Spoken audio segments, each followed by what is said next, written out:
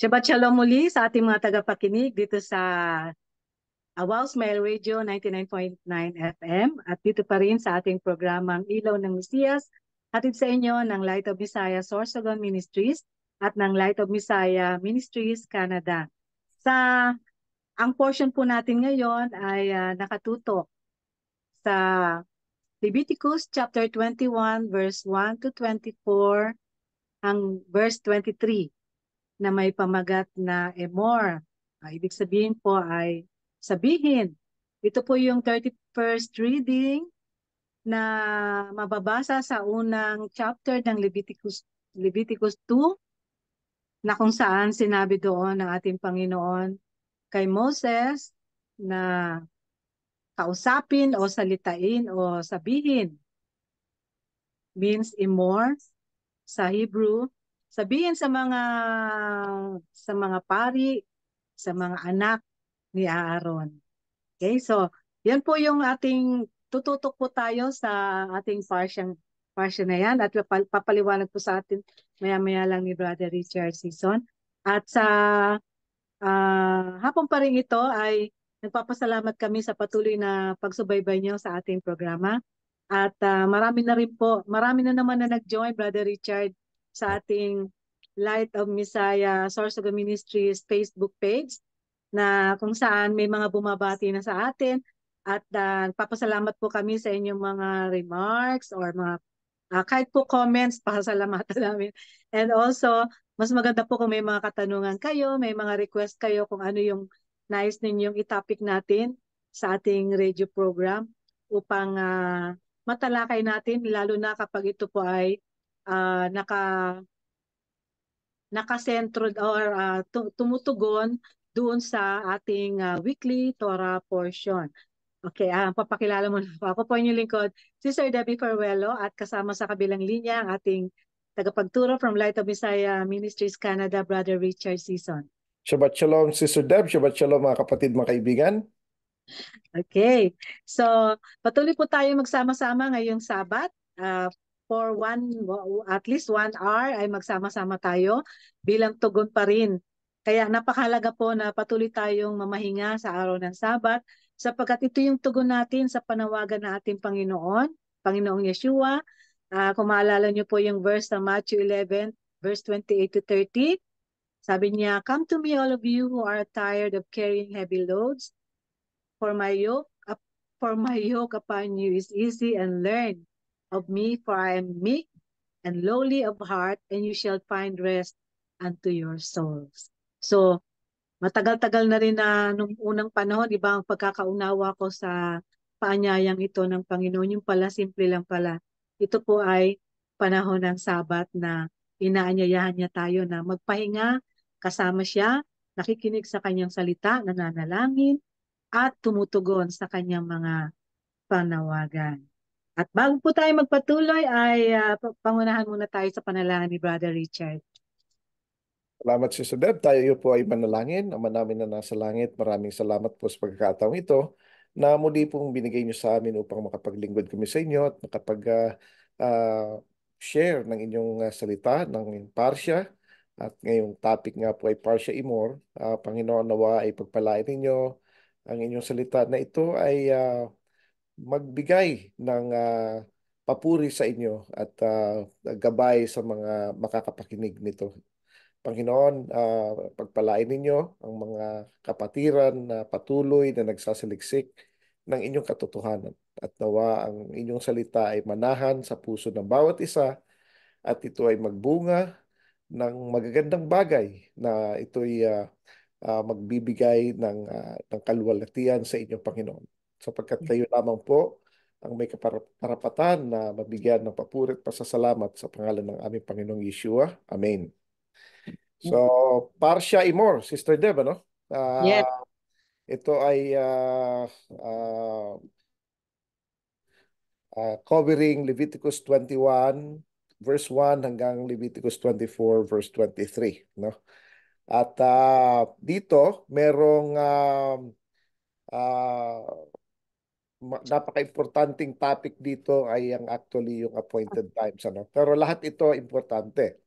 So pag-uusapan natin ang mga batas patungkol sa mga papaano dapat namumuhay ang mga priest, Mhm. mga Levitical priest. Pero gusto ko lang emphasize ito, no, na hindi lang po ito yung Aaronic priest, ano, o Levitical priest, ano, kundi ito ay para sa lahat ng lahat ng ng mga believers, nabubulol ako, Sister Deb. Mga believers na lang, oo, nabubulol. Ah, Mananampalataya. yan, no. Mananampalataya.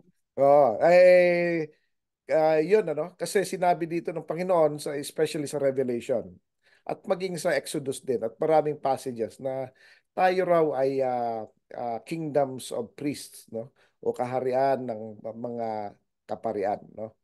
So, hindi ito yung mga pari na nakikita natin, kundi ito yung mga pari na sumusunod sa Torah, no? Kasi maraming pare ang hindi naman talaga walang kinalaman sa Torah, no? So Mm. dito rin makikita natin yung separation o pagkakahiwalay ng mga banal na bagay, no? Mga holy things. So ito yung mga uh, the fact na ito ay holy, ito ay dapat separate, no? At ano yung mga acceptable saka hindi acceptable ng mga offerings, ano yung mga appointed times na gusto ko ring emphasize natin ito. Yung tabernacle lamp, dito rin yung sacred bread, at yung blasphemy ay talagang kinamumuhian ng Panginoon yan, ano? So, dito, ayon sa Leviticus chapter 21, verse 1 to 24, ano? Um, gusto ko ring emphasize ito, no, para madaling tandaan ng Leviticus. By the way, ang Leviticus yan yung pinakamadami sa lahat ng books sa Bible, Sister Deb, no? Ang Sa Leviticus Torah. o sa O sa Torah, buong Bible. maging Haftarah, maging Brit Kadashah, maging ano, ang pinakamaraming verbatim, ibig sabihin yung direct na salita ng Panginoon, ang Leviticus. Nasa Leviticus. 90+%. Mhm. Kung ano yung sinabi mismo ng Panginoon, sinusulat. Kasi may pagkakaiba, Sister Dev, yung ano yung in-inspire lang ang tao, may message sa Panginoon, in-inspire lang sa tao, at sinasalita ito. Mhm. Yung katulad ng sinasabi niya kay Moses, sasabihin ng Panginoon kay Moses, tas i-repeat ni Moses, no? Or katulad ng sa Leviticus, kung ano yung natatandaan niya na itinuro ng Panginoon, sinasabi niya. Or yung inspired lang, katulad ng mga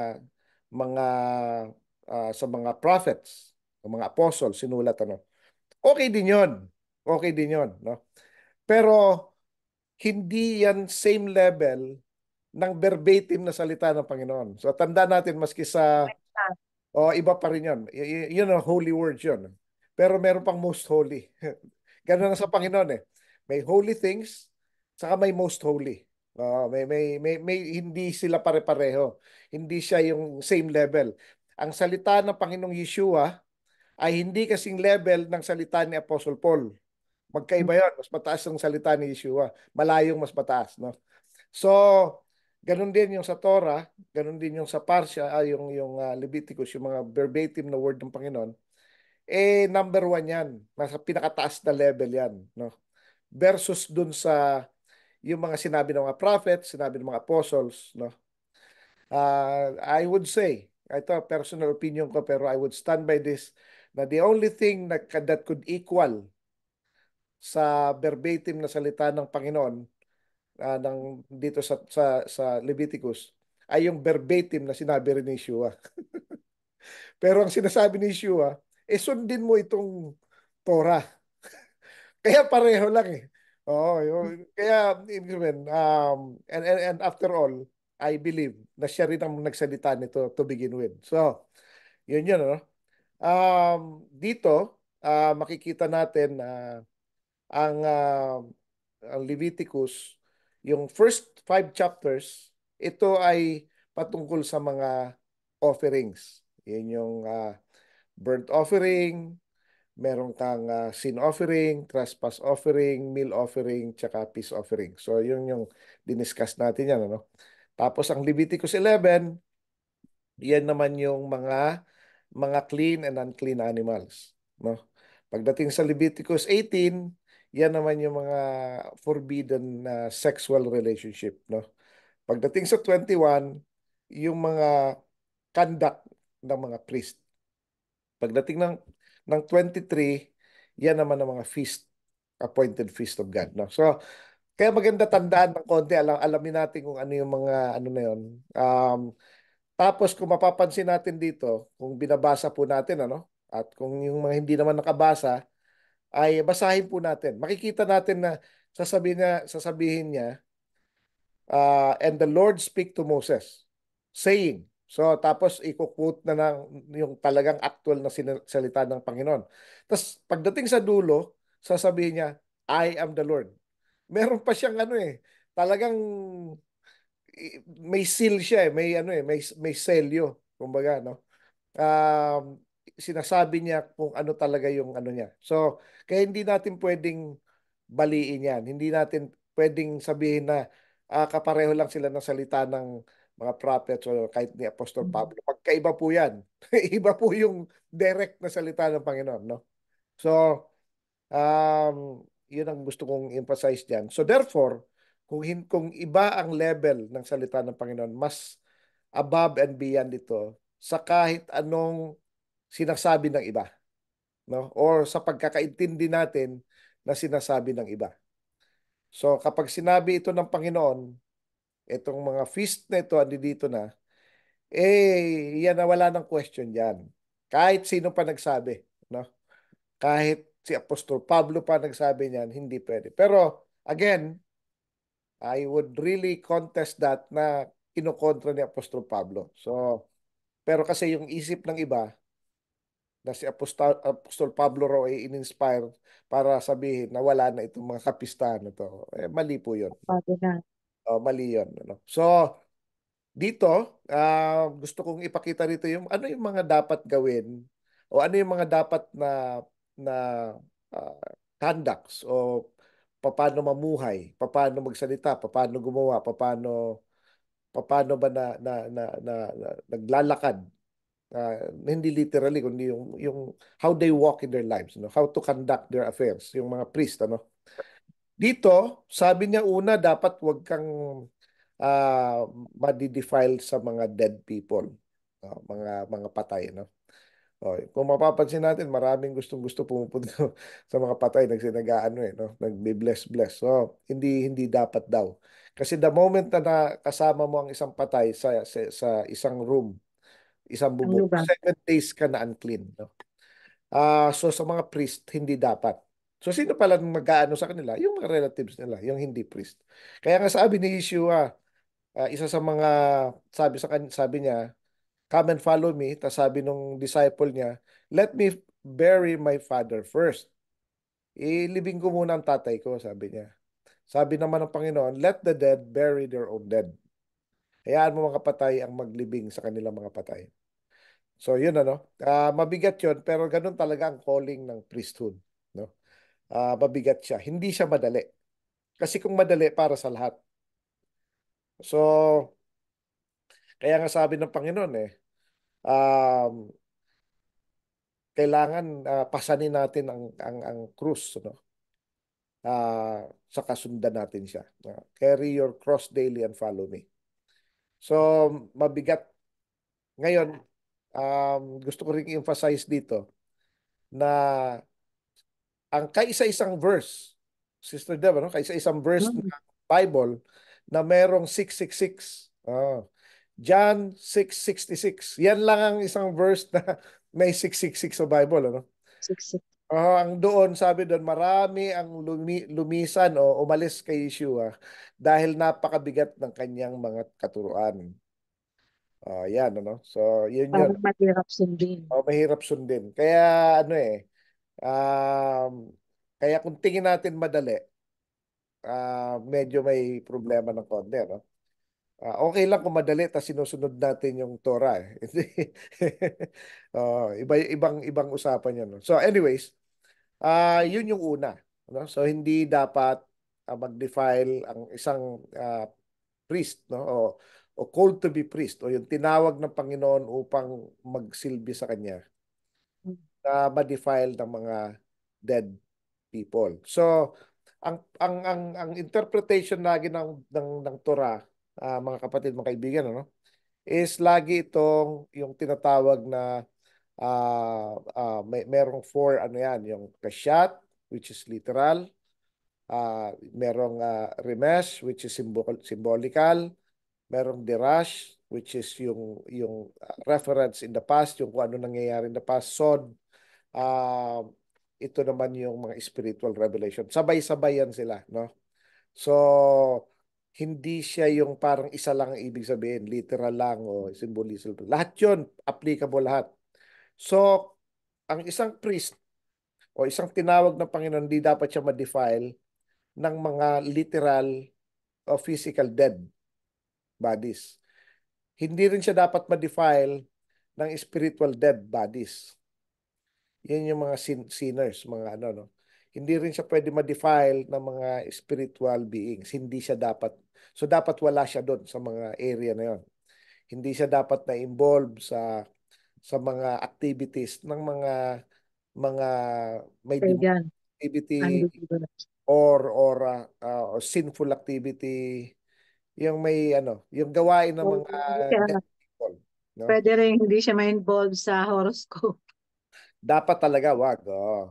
Oo, dapat wag kasi bawal na bawal 'yan, ano.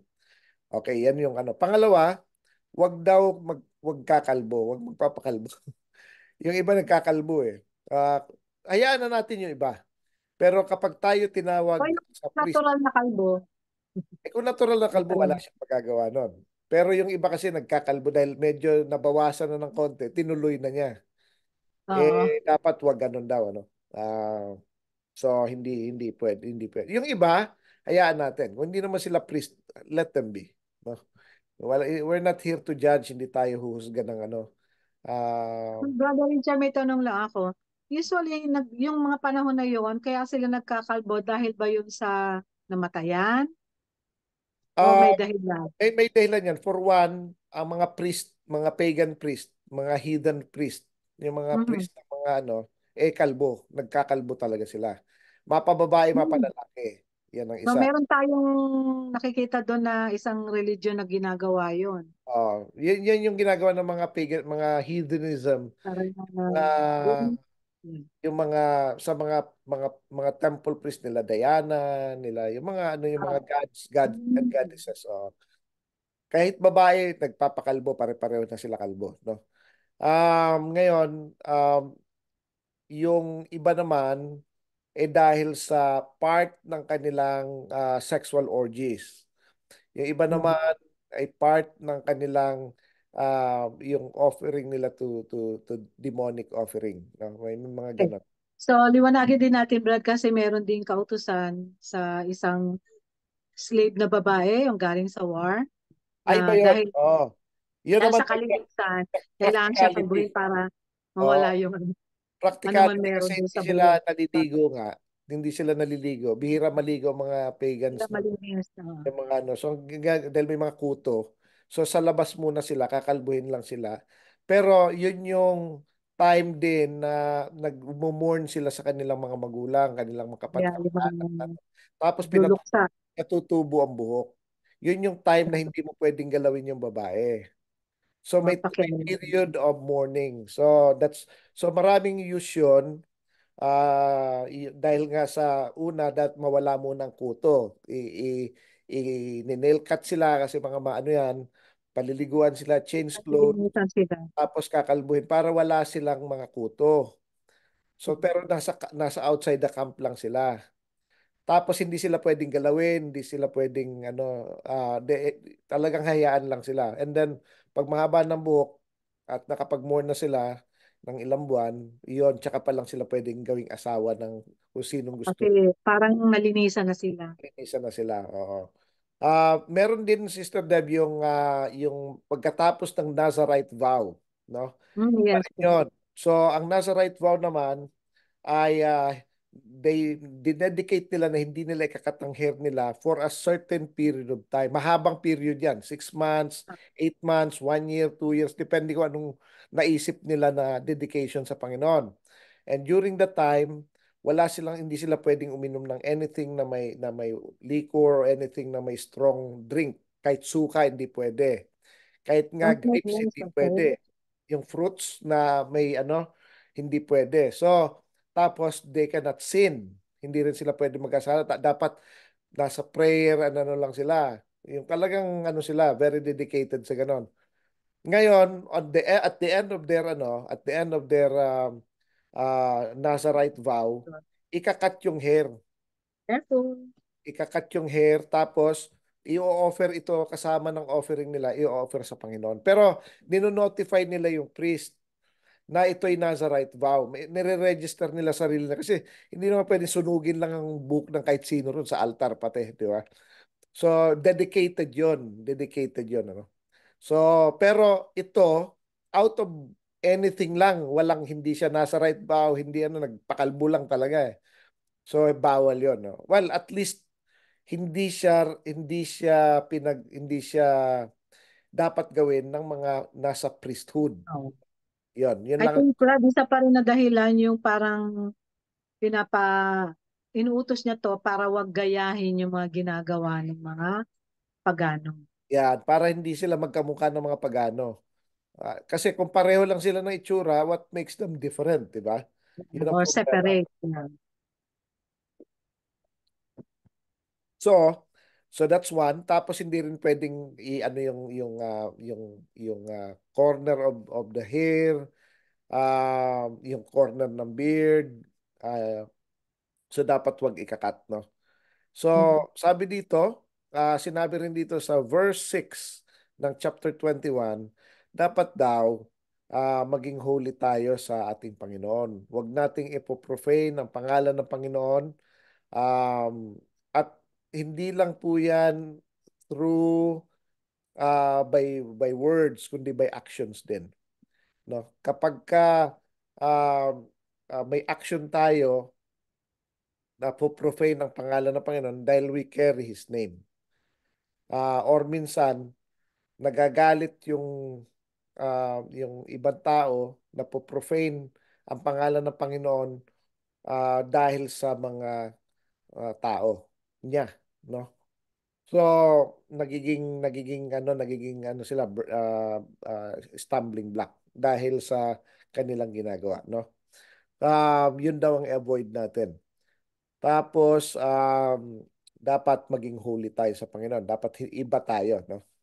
At dito, hindi pwedeng mag-asawa ang isang priest, hindi pwedeng mag-asawa ng isang prostitute o yung profaned woman o yung divorced woman o um, hindi Yung may karanasan na o, sa ibang lalaki. o O sa, yeah. yung mga priest ito, no? So, ngayon meron ding instance na isang priest sa sa sa Haftarah na inutusan ng Panginoon na mag-asawa ng isang prostitute. Pero it was an exceptional case kasi yon specific na utos yon sa specific na tao to prove to chastise ang Israel.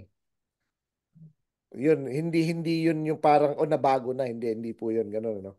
So, tapos sinabi rin dito na hindi mo pwedeng ipunitin ang damit ng isang high priest, ano?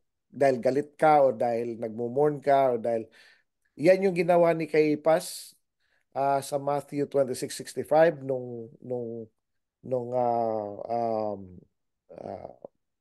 ah, nagsabi si Yeshua na siya ay son of God, no?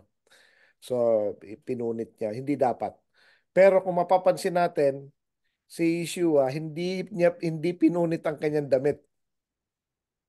Buo.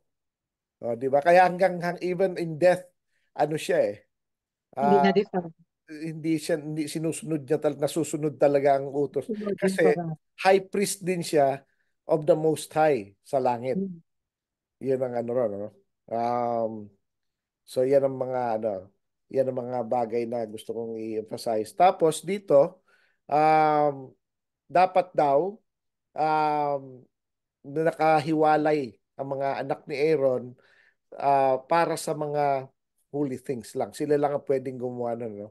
So, in-enumerate ito sa Leviticus 22:1-16 na dapat ang mga those who are appointed as priest dapat nakahiwalay sila, no? Hindi sila ano. Ngayon, kung ang isang tao ay leper o may running issue o ano, kahit priest siya, hindi siya pwedeng kumain ng mga holy things, no? So hindi niya pwedeng, kasi holy 'yon. Kapag ang isang tao unclean, hindi siya pwedeng kumain ng any holy things. So, kaya nga dapat nakahiwalay siya, no? So, pwede siyang kumain ng common. Hindi naman, not necessarily unholy, but it's more of common. Kasi dalawa yan eh, common and holy. Yung regular, common yun eh. So, pero meron pang iba yung iba naman yung unclean. Iba rin yun eh. Kasi not necessarily na opposite ng holy, unclean, ano? Kasi meron pang common. Yun yun, okay din yun. Common, hindi yun unclean. Kaya common lang yun eh. Normal yun. For example, ang holy, ano yung holy? Yan yung inoffer na sacrifice sa Panginoon. Holy yun. Ang common, yung halimbawa, sabihin natin pare-pareho lang ano, na karne. Itong common naman, ito yung hindi inoffer pero clean animal siya. Yung unclean, yan yung baboy. Hindi talaga pwede yun. No? So, yun yung ganun. Yun ang difference. Ano? Um, kasi pag iniisip ng iba, pag holy, unholy na yung opposite. Not necessarily. So, ibig sabihin, yung mga, pag may sakit ka o unclean ka, pwede kang kumain ng mga hindi holy things. Although ngayon, walang temple, right? Pero meron din kasi mga holy things na, for example, yung ino-offer na bread, right? Yung hindi na tuwing Shabbat, that's a holy yan eh. Yung during Passover, holy rin yan. Yung drink na iniinom during Shabbat, it's a holy, it's a holy thing. Kung unclean ka dahil sa may sakit ka or nakahawa ka ng patay or nahawakan ka ng unclean or whatever it is, hindi ka dapat uminom nun. No? Mm. Hindi ka pwedeng uminom. So, Kahit Brad yung may monthly period na babae. yes, yung may monthly period dapat i-avoid, no? Or at least naka-separate, ka-separate, no? So pwedeng kumain ng common things, mga common things. So, pero hindi pa rin pwedeng kumain ng mga anything unclean, no? So yung mga creeping things, yung gecko, for example, Sister Deb, yung bayawak or yung Ah, ano pa ba yung tuko, pareho ng butiki. o putiki or mga ganon, Family ng butiki. family ng butiki. Kahit buhay yan, hindi mo pwedeng hawakan kasi magiging unclean ka. Yung ahas, yung mga creeping things, yung mga insects, hindi pwede. Baski buhay pa yon, hindi hindi magiging unclean ka, no? Um, pero for example, ang aso, unclean animal, pero pag hinawakan mo, as long as buhay, hindi ka magiging unclean. Oo, hindi ka naman magiging unclean. Hindi mo lang pwede kainin yon. So, yung pusa, it's an unclean animal kung kakainin mo. Otherwise, kung buhay yon, pwede mong hawakan na hindi ka magkakasala. No? Ibig sabihin, hindi ka magiging unclean. Pero pag Ang patay pusa, na, ang ha? aso. Oh, aso, Pusa, aso. pusa, yung mga pets, ng mga normal, kabayo, maski unclean yon. Kahit yung buhay na baboy, Buhay na baboy, buhay yun eh. Okay lang yun. Pwede wag mong lang patay. wag lang patay. Oo, ang Okay. pinagbabawal lang naman sa kanya. Iwanag. Oh, wag kakainin. Yung rabbit, unclean yun eh. Pero So, cute yun eh. Hawakan mo. kahit unclean animals, kapag buhay, Pwede. pwedeng hawakan. May Okay. mga certain exceptions lang. Yung mga gecko family, yung mga creeping things, yung Hmm. ahas, Lalo ng yung ahas. mga medyo ano unclean, hindi mo pwedeng hawakan yun, no? So, magiging unclean ka rin. Pero ano lang, overnight lang. Yung ibig sabihin, until sundown lang. Ang patay Mm. na tao lang ang 7 days. Pag Mm. nakahawa ka ng patay na tao or nasa same, halimbawa, nakiramay ka, 7 days yan. 7 days. So, Brad, may particular na instruction naman ng Panginoon kapag naging unclean tayo. Ang instruction niya, tayo ay paano tayo lilinis bago well, matulog. for Sabi one, ganun. mag-change clothes, Change clothes, maligo. maligo, and then you will be unclean. Kung hindi, except for dead people, for until sundown. Eh, paano kung gabi ka naging unclean? O, di until sundown, until the next day. O, kasi ang usapan niyan is sundown eh. So, So bago mag-sundown, nakaligo na. basta nakaligo ka na. Otherwise, aabutan ka naman ng another So, sundown. I think O, dito na uso yung bago matulog nagsashower ang tao. nagaya natin yan sa practices nila, no? So, pero meron ding sinasabi, halimbawa, what if yung patay ay nasa open field? Tapos hindi mo naman hinawakan. Hindi ka magiging unclean nun. Kasi open field eh. Saka hindi ka Kahit yung aksidente lang, Brad, na ano mo, na nasagi mo o na nasagi mo ang patay, nasagi mo pa rin, ano ka pa rin. pareho. Oo, yeah, oo. Hindi Oo, sinasadya o sinadya. oo. Ngayon, kung nasa isang bubong kayo, maski hindi ka lumapit doon, Yung unclean pareho. for 7 days. So, yun yun eh. No? So, those are the things na tandaan natin. Maring yung iba, nahihirapan tandaan. Kaya nga lagi natin binabalik. Pinag-aaralan natin lagi ang Torah every time, tuwing ilang cycle yan. After many cycles, makakabisado na rin natin, no? O Mhm. mauunti-unti na natin, no? Well, Brad, anong significance nito sa halimbawa, kung ikaw ay unclean, hindi ba pwedeng humarap sa kanya para manalangin? Pwede kang manalangin, hindi ka lang pwede mag-serve. Ah, Yeah. hindi ka Total, pwede wala bigyan naman ng holy tayo. things. Yes. Pero It's all about serving in the temple oo.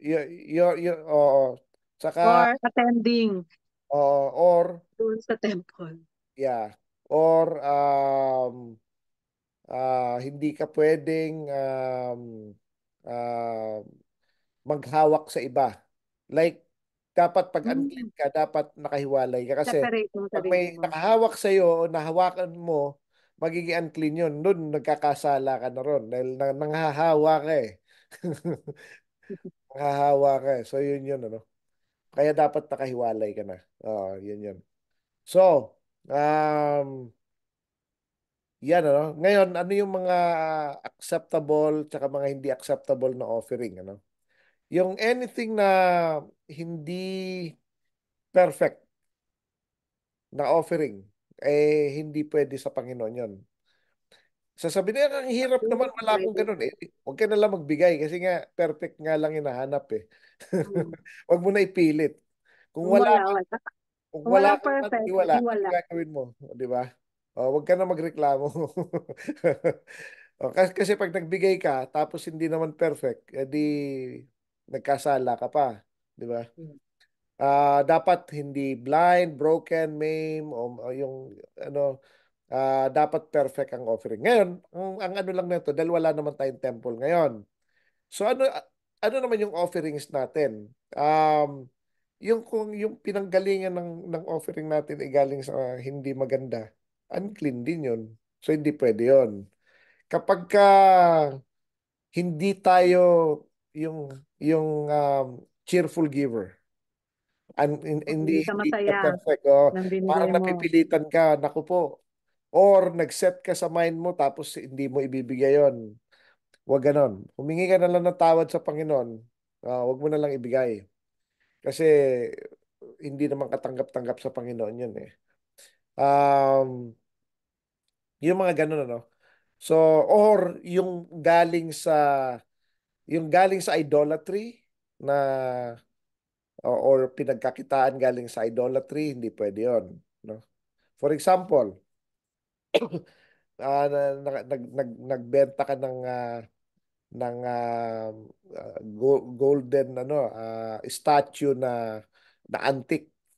Pero ito ay mga gods nung araw. So malaki. Idols. O yung proceeds nun, hindi mo pwedeng ibigay sa Panginoon yun. Ayaw niya nun. Kahit gaano pa kalaki yan. Hindi naman, kanya naman lahat ng wealth ng buong mundo eh. So hindi niya gusto yung ganun. Kaya na anything, ang mga ito ay considered defiled. So, ayaw ng Panginoon. O galing sa corruption. Kunwari, may, may nangurakot, ano. Tapos binigyan Galing din sa sugal, Brad. at kasugal, hindi rin pwede. Galing sa prostitution, hindi pwede. Galing sa ah, Nakaw. Kakao or whatever. So mga hindi pure, no.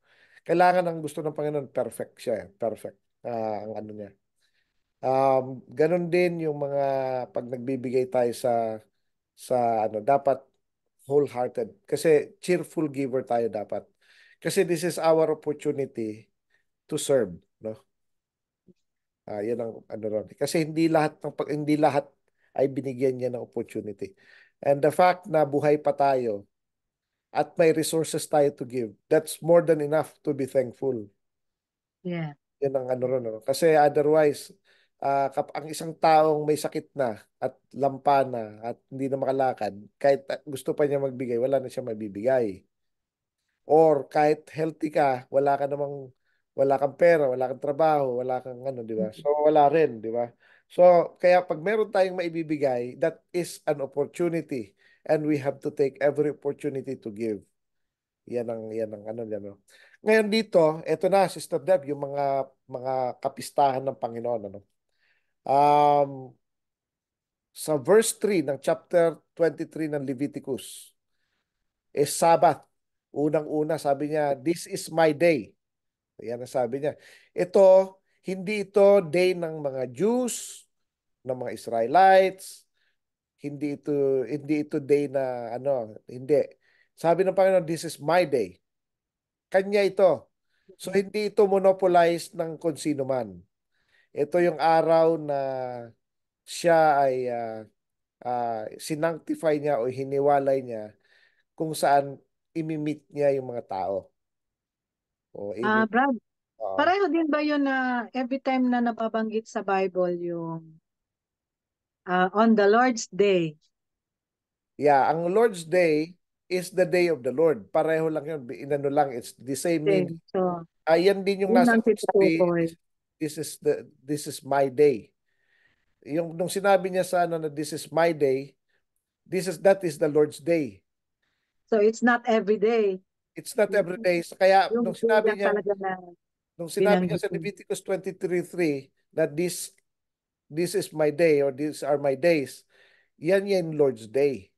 Kaya nung yung minsan lang binanggit actually ni John ang Lord's Day sa Book of Revelation. Mm. Kaya ang thinking nila, hindi, Sunday ito. Hindi po Sunday. Kasi si John is apostle to the Jews. Yeah. Hindi sila nagwo-worship ng Sunday. Yun ang una ron. No? Tsaka, Lahat ng disciples and apostles. puro sila Shabbat. Pag sinabi niya Lord's Day, it's the same as Day of the Lord. Kasi sabi nila, oh, naiba. Appointed days Oh, or times niya. Kasama yung, I think kasama din yung mga feast, Brad. kasama mga feast dito. Kasi mga Sabbath yan, may mga Sabbath days yan. Ano? Yeah. So dito, ang mga Sabbath sa Leviticus 23, sa verse 3, inuna niya ang Sabbath day. Seventh day, sinabi niya. No? Binanggit niya talaga seventh day. Tapos, ang Pesach o Passover, which is on the 14th of Nisan, o, tapos unleavened bread between Nisan 15 to Nisan 21, early first fruit, no? Na nasa ngayon sineselebrate siya on Nisan 16, Shavuot or Pentecost which is in the 6th of Siban, sineselebrate siya 50 days after ng first fruit, Yom Teruah na sineselebrate siya or better known as Rosh Hashanah or head of the year, pero Yom Teruah is more of the day of the sounding of the trumpet or the day of the shouting. Ito yung binabanggit ng Panginoong Yeshua sa Matthew 24. Binanggit din ito ni Apostol Pablo sa 1 Corinthians 15, saka sa Thessalonians, and most especially binanggit ito sa Book of Revelation. Ano? So, Yom Teruah.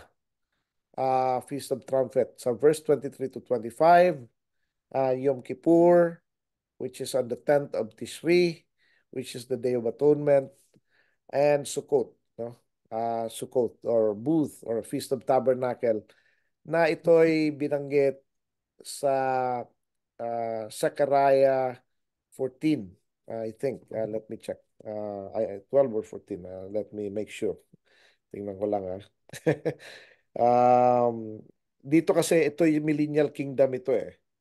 Kaya importante na na alam natin to sa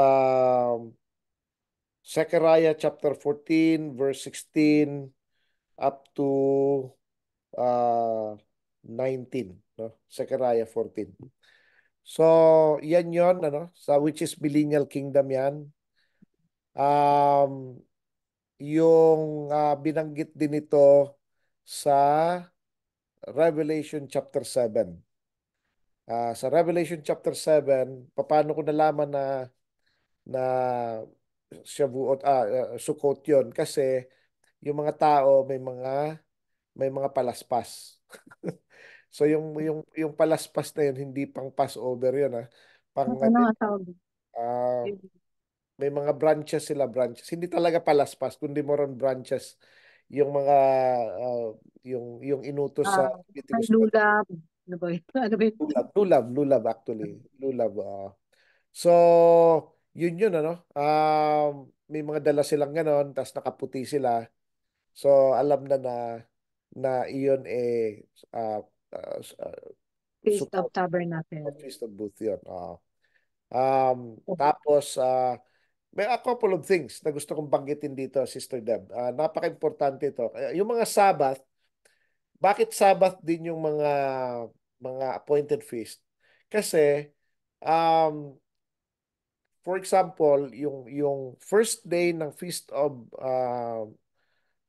Unleavened Bread ay special Sabbath yan, no? So kahit anong araw mag-fall yan, kahit weekdays, special Sabbath yan. So yan yung ano yan yung dapat malaman natin. Tapos yung seventh day ng Feast of Unleavened Bread is also ano po special Sabbath din. Tapos yung Shavuot or Pentecost, one day yon, is also a Sabbath. Tapos yung Yom Teruah, Feast of Trumpet, one day yon, Sabbath din yon. Tapos yung Yom Kippur, one day yon, Sabbath yon. Sabbath of the Sabbath yon. Tapos yung first day ng Sukkot, which is Tishri 15, is a Sabbath din. Tapos on the 22nd, which is the 8th day, technically on the 8th day ng Feast of Sukkot is another Sabbath din. So seven yan. So seven yearly feast na sineselebrate, no? So, Brad, yung mga nabanggit mo na Sabbaths, not all of it ay nagpo-fall into Saturday or seventh Oh, day. oh, Pag sinabing Sabbath, ibig sabihin special rest Sabbath day. yun. Special Special Sabbath, Sabbath, no work, special rest no day. work. Kahit hindi siya seventh day. Pero what if kung nagfall yung yearly Sabbath sa Saturday? Then Actual na double seventh, double Sabbath ang tawag doon. Sabbath of the Sabbaths. Hindi na, Parang double ganun. Sabbath lang. Ang Sabbath of the Sabbath is exclusive lang yan sa Yom Kippur, sa Day Yom of Kippur. uh, Kasi almost ilang ano yun. ang tawag lang nila, Yung fasting. May oh, fasting. kung wari nag-fall sabihin natin ang Feast of Unleavened Bread, yung first day, nag-fall say on the Sabbath day, double Sabbath ang tawag doon. O yung Yom Teruah nag-fall say for example ng Sabbath day, double Sabbath ang tawag doon. What if ang Yom Kippur nag-fall ng Sabbath day? Yun ay double Sabbath of the Sabbath. Mm. Kasi yung Yom Kippur is Sabbath of the Sabbath. So, pero double pa rin. So, sobrang holy. Yun ang pinaka-holy na talaga. Yeah, napaka-holy na nun. No? So, that's the thing. What else? So, ang importante dito sa mga feast na to, Sister Deba, no, is that ang common sa kanila, meron silang lahat sila ay meron tinatawag na monumental event in the past. Ibig sabihin may nangyari sa past. So compared mo sa mga holidays ng paganism or Oh. even yung mga recognized holiday ng mainstream Christianity, walang event O na kahit ng nangyari in the ano, past. Ah, worlds, lahat ng sinasabi natin na lahat ng festivities ng mundo yes, oo. ay Walang walang kinalaman lahat sa mga piyestang binanggit ng Panginoon, mga nangyari yes. na. For example, At mangyayari pa. yan, no. So ano yan eh, may three major things, no? One, monumental event in the past. Pangalawa, it points to the Messiah. Pangatlo, Mhm. mayroong prophetic event in the future. So, yan yun. Yan yung Oh, three major. nabanggit, Actually, meron pang mga mga, nabanggit din, oh, which is meron pang nabanggit iba. sa, Oo. hindi lang sa Torah, kundi even sa New Testament Oo. So, katulad ng Sabbath, anong monumental event niya in the past? Ito yung sign of the creation. No? Yes, creation. yes, sign of creation. Tapos yung kanyang pagpapahinga. Tapos it points out to the Messiah kasi siya ang Lord of the Sabbath, sabi ni Yeshua. Ang monumental event in the future, a prophetic event in the future ng Sabbath, is ito'y pertaining sa millennial kingdom. Mhm. Kasi one day to the Lord is 1,000 years to us, and 1,000 years is a day to the Lord, sabi sa 2 Peter 3:8. From Adam until our time is about 6,000 years. So may 1,000 year reign ng Panginoong Yeshua. So kaya Sabbath 'yon, no? 'Yan ang isa. Ang Passover, ang monumental event in the past is of course, alam natin yung death ng mga firstborn na iligtas Sa sa Egypt, Israelites sa bago Egypt. sila umalis doon, Oo. bago sila dumaya. Bago lumayas. Tapos ang isang monumental event, especially, yung crucifixion ni Yeshua, no? So it Yan. points to the Messiah. Siya yung the Passover. He is our Passover. He's the Lamb of God who takes away the sin of the world. Tapos, ang monumental event in the future, ito yung great banquet of the Lamb, Sister Deb. Kaya nga Mm. lagi sinasabi na next year in Jerusalem, ano? Pagdating ng Panginoon, magkakaroon ng big banquet, no? Yun yung banquet of the Lamb, no? Ang unleavened bread naman, ang monumental event nito is of course yung nung nakaalis na mga Israelites sa Egypt, yan yung isa. Tapos yung 40 years sila na nakakatanggap sila ng mana. Unleavened bread yon, Sister Deb, no? Tapos, ano naman yung it points to the Messiah? Kasi sinabi ng Panginoong Yeshua, He is the bread that The comes bread down of from life. heaven. Oh, He is the bread of life, no? Tapos, anong prophetic event in the future? We will be unleavened. Magiging ano tayo? Sinless ones. Magiging sinless tayo when He comes back. Lilinisin, lilinisin tayo. Yan, oh. Ang early first fruit naman, ang monumental event nito is ito yung on the 50th ng Jubilee, nakapasok ang Israel sa land of Canaan, no? So, doon sila nag-celebrate ng first fruit. 'Yun ang una, no? Ano naman ang event that points to the Messiah? Si Yeshua ay nag-resurrect on the first fruit, on the feast of first fruit. Mm. Tapos sabi ni Paul, He siya is yung first the fruit first from among fruit. the dead. Siya ang first fruit from among the dead. Ngayon, ano naman yung prophetic event in the future? Ang resurrection po, no? Resurrection, first resurrection ay ito yung prophetic event in the future, no? Ang Shavuot, ang monumental event in the past is ito ay giving of the law, di ba? So, yan yung giving of the law. Uh, of course, ito Feast rin of birthday. Ito yung anyway. or Pentecost. Oh, Kilala sa ano naman ang tawag na Pentecost. pointing to the Messiah? Kasi ito yung pagdating ng Ruach HaKodesh. Ang Ruach Yung HaKodesh pagbaba ang ng banal. nagpakilala ng maigi sa atin kay Yeshua. Nung dumating si Yung, Yeshua, hindi niya yung past pinapakilala sa event, ah, yung pagbaba ng Ten Commandments, ng mga batas. yung Ten Commandments yan. Yung pointing to the Messiah, well, of course, monumental event din yung pagdating ng Ruach HaKodesh. Pero it And points also, out he to is the the Messiah. lawgiver. as the lawgiver. Ngayon, kasi si Yeshua nung dumating siya dito sa mundo, hindi niya pinakilala sarili niya. Ang pinapakilala niya yung Father. Mm, So hindi niya tinuturo sa sarili niya ang ano. Nakilala lang natin maigi si Yeshua nung dumating ang Ruach HaKodesh. yes. So dahil ang Ruach HaKodesh ang nagturo tungkol kay Yeshua. So kaya biglang kilalang kilala na siya tuloy. Pero Siya wala na yung siya. Oo. So ang yun. pagpapatunay na totoong anak siya ng Yes. ama. Inano siya ng yung kung ano lahat ng writings Endorse. lahat ng writings patungkol kay Yeshua happened after ng pagdating ng Ruach HaKodesh, no? Okay. So, ang Yom Teruah naman, ang monumental event nito ay creation of the world, no? Nag-create ang world, no? Na-create ang world. Ito yung nasa Job ito na yung Yom Teruah, on the Yom Teruah, God, the angels shouted for joy sa So parang tinuturing din siya, Brad, na New Year. New Year kasi creation ito ng world. So, ito rin Bago yung ano parang kaya spiritual New Year, pero actually ito'y creation ng world. 'Yun ang birthday daw ng world, no? Um, happy birthday world. ano naman ang pointing to the Messiah is that ito'y crowning of the Messiah as king. Until now, ang mga Jew, Asking. they would celebrate the Yom Teruah with the hope that they are ceremonially crowning the Messiah. Yung yung pagdating niya, no? Waiting, yeah. Yung Still ano. waiting. Ngayon, anong prophetic event? Of course, yung ano, uh, second coming. At the great shout at the sounding That's of the right. trumpet.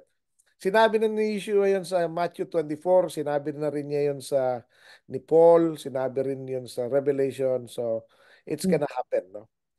What about Yom Kippur? Ano ang monumental event nito? Ang monumental event nito, Sister Deb, ito yun nung si Joseph ay binenta ng mga kapatid niya tapos claim nila na patay na siya. So, kaya inutusan ng Israel na laging mag-offer ng kid ng young goat every Yom Kippur, no? Ang monumental it points to the Messiah kasi ang Messiah will be the judge, no? Mm.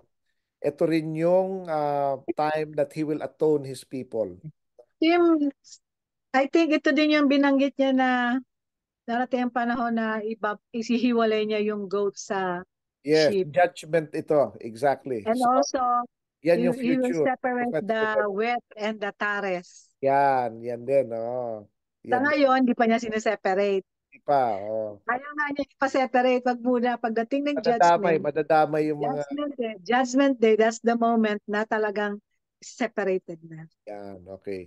Yung Sukkot naman, ang major event nito, of course, binanggit din ito ng Panginoon na yung 40 years na nag-aano yung mga ano mga forefathers natin sa desert, ando dun sila. So kaya ito yung monumental event, no? Another monumental event. By the way, isa pang monumental event ng Yom Teruah, Yom Kippur, ito yung second giving ng two tablets of stone. Nung inulit kasi binasag ni Moses yung ano sa Pentecost Okay. eh. So, So, tama-tama, yun yung talagang totally lahat sila nagsisi nagsisi sa sila. kasalanan. Saka ito rin yung time na they will say, Baruch haba b'Shem Adonai, blessed is he who comes in the name of the Lord. They will see the one whom they have pierced. Ito na yon. Ito yung they will cry on the one like they are crying for a firstborn son. Ano? So, ito na yon sa Yom Kippur ito. So, yung Sukkot naman, again, ang isa pang monumental event dito actually, dito pinanganak si Yeshua sa Sukkot, no? So it points to the issue kay Yeshua itong Sukkot na to, itong Feast of Tabernacle because he being God dwelt among his people, no? Ang monumental event nito, in the ang prophetic event in the future, He will dwell with us again. So, which is the millennial kingdom. Tapos for eternity, no? Yan. So ito yung timetable, Sister Deb, ng God's timetable for Pero man's sobrang salvation. naalala ko nung time na binilt nila yung tabernacles, nasa wilderness sila. That's the moment na nanahan sa kanila kasama ang Panginoon. Correct. Oo. Ah, Also, a reminder na nagdwell ang Panginoon oo. sa Israelites.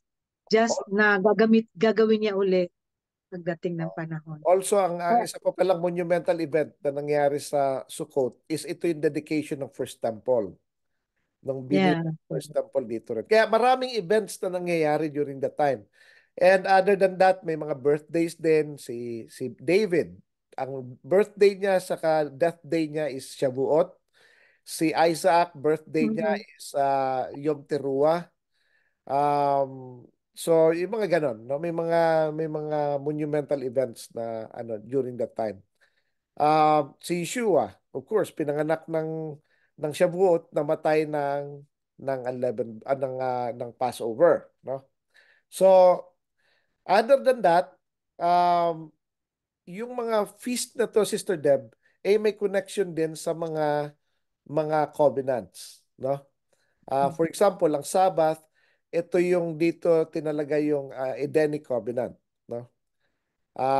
Tapos yung Yom Kippur, ito naman yung Adamic Covenant nung pinarusahan sila, no? Ang Passover, ito yung time ng ano nga ba ito? Well, New Covenant, panahon ni Yeshua. Drink with this covenant, no? Based yan sa Jeremiah 31:31, no? Um, he will make a new covenant with the house of Israel and the house of Judah. So ano naman mga covenant na banggit natin? Edenic, Adamic, ang Noahic covenant happened on if I'm not mistaken, Passover. So yan, no, Sabbath. Sabbath din pala yun. Kasi lampas na palang Passover no, nung nakababa sila. Pero it was Sabbath day. Ano pa ba? Abrahamic Covenant, nangyari to on Yom Teruah. Ang Mosaic Covenant, nangyari to on the Pentecost. Ang Davidic Covenant, nangyari to on Feast of Tabernacle. Ang New Covenant, nangyari to on the Feast of Unleavened Bread. So, by celebrating itong mga feast na to, ang daming meanings. Napakadaming meanings. Talagang hitik na hitik sa spiritual truths. Mm. Napakadami. Compared mo naman sa mga kapistahan na mga kinuha lang sa iba, di ba? Ginaya lang Mm. tapos pinipilit talaga eh. Kaya napag-usapan lang, Valentine's Day, Christmas, New Year, napagkasunduan, oh. Walang binatbat, di walang ba? significance. Walang Kung significance naalala whatsoever. mo, Brad, ang mga piyesta ay tinatawag din sa Hebrew na Moedim, Moedim. na ibig sabihin ay rehearsals.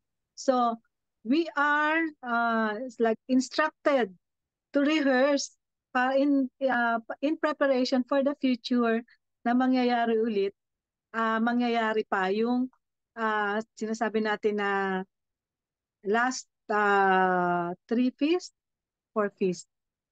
Oo. Mula sa ah, Tatlo na lang ang hindi Yom, pa Yom na-fulfill. Teruah, Yom Kippur, and Saka then Sukkot. Tabernacle. Sa So, tabernacle. when we practice this, we are rehearsing for the future na mangyayari itong mga bagay na to. Yan. Pagbabalik na ating Panginoon. Parang yan, parang fire drill. Fire drill, ano? Para pag Yes. nangyari na yun, alam mo kung anong gagawin mo. Handa ka, nakahanda ka. Parang ganun Hindi yan. mo alam kung ano nangyayari. Yung pala, nandun ka na sa ano, pag pinapractice mo siya, Oh, naka-ready ka ta talaga. yan. Saka, So, pag yeah. i-develop mo yan as a habit, tuloy-tuloy yan, ano? Yes. Yan ang preparation sa atin ng Panginoon. Ngayon, meron Um, isang mapaka-importante rito, Sister Deb, ano? Dito natin tatapusin ang ating program, yung huling portion ng sa Leviticus 24 na kung saan ay pinarusahan yung nag-blaspheme sa pangalan ng Panginoon. So, yan po in-emphasize ko ngayon sa mga anak ko. If there's one thing na matutunan mo ngayon, yan ang huwag mong kakalimutan. Never blaspheme the name of the Lord, not in this life, not in the next, in the life to come. Never, ever, ever. Sabi ko sa kanila. No? Kasi talagang death penalty yan. No? Ah, Tsaka isang bagay yun na you revere and you fear God. yan, You fear the Lord oh. by Kaya not. yung mga iba, they just use it in vain. Talagang, kaya nga sabi niya, I will not find him guiltless. Sabi niya, if you put the name of the Lord in vain, yun ang sabi niya, I will not find him guiltless. Ibig sabihin, talagang may kalalagyan. So, Tama rin, Brad, yung nabanggit mo noon na kahit paano ngayon sinusulat na sa, naka-print na sa t-shirt. kaya, Afterwards, pag naluma yung t-shirt, saan mapupunta yun, yung well, pangalan na dapat yun? ilibig nila yon. Dapat Yeah, so ilibig nila like agad. dapat alam nila or Yun gawin nga nila. lang. Kaya nga eh. So, Paano kung hindi na, basta lang, okay lang na maging proud tayo sa pangalan ng Panginoon, pero kung hindi naman ito magiging walang katuturan o magbibigay ng glory sa ating Panginoon, much yeah, better itahimik na lang natin yung kanyang pangalan. Lagay na lang natin sa puso natin. yeah, no. So, wala na yata tayong oras, Sister Deb. Oh, Okay? So, napaganda po na ating parsya ngayon na nakatutok sa mga instructions para sa mga pari at mga gawain sa tabernakulo, mga instructions sa mga pari, sa Levitical priest, and also instructions and commandments about practicing and at di lang attend, no? Observing, di lang Sabat, kundi lahat ng piyesta ng ating Panginoon. Kaya palagi tayong mag-e-end sa